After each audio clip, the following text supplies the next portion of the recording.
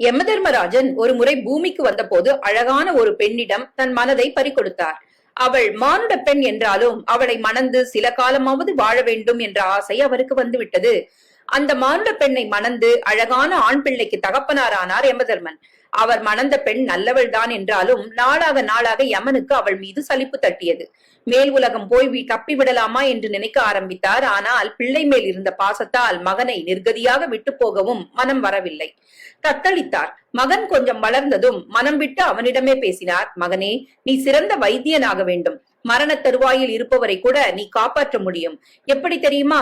ஒருவர் மரணம் அடைவதாக இருந்தால் நான் அங்கு இருப்பேன். உனக்கு மட்டும் நான் கண்ணுக்கு தெரிவேன். நான் அங்கு இருந்தால் அவருக்கு வைத்தியம் செய்யாதே. நீ வைத்தியம் செய்து அவர் இறந்து போனால் உன் புகழ் குறையும். எனவே யாருக்கு வைத்தியம் செய்தாலும் நான் அங்கு இல்லை என்றால் தைரியமாக மறந்து கொடு. அவன் பிழைத்து எழுந்து கொள்வான்.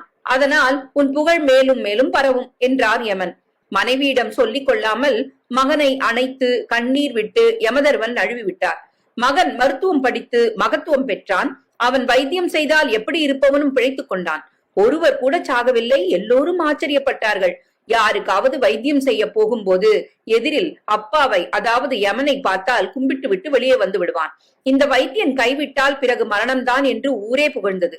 கொஞ்ச நாளில் அந்த ஊர் அரசரின் மகள் நோய்வாய்ப்பட்டாள். யார் வைத்தியம் பார்த்தும் பலனில்லை. இவனை அழைத்தார்கள். என் மகளை காப்பாற்றினால் அவளையே உனக்கு மனைவியாக தருகிறேன், ராஜ்யத்தையும் தருகிறேன் என்றார் ராஜா. அவள் படுத்திருக்கும் அறைக்குள் போன வைத்தியனுக்கு அதிர்ச்சி. யமன் தன்னுடைய அப்பா நின்று கொண்டிருந்தார். வைத்தியம் செய்தால் பிழைக்க மாட்டாள், ஆனால் பிழைத்து விட்டால் அழகான அந்த ராஜகுமாரி, ராஜ்யம் எல்லாம் கிடைக்கும். இடைஞ்சலாக அப்பா குறுக்கே நிற்கிறார். அவரை எப்படி விரட்டுவது? பளிச்சென்று யோசனை பிறந்தது. வாசல் பக்கம் பார்த்து கத்தினான். அம்மா, அப்பா உள்ள இருக்கிறாரு.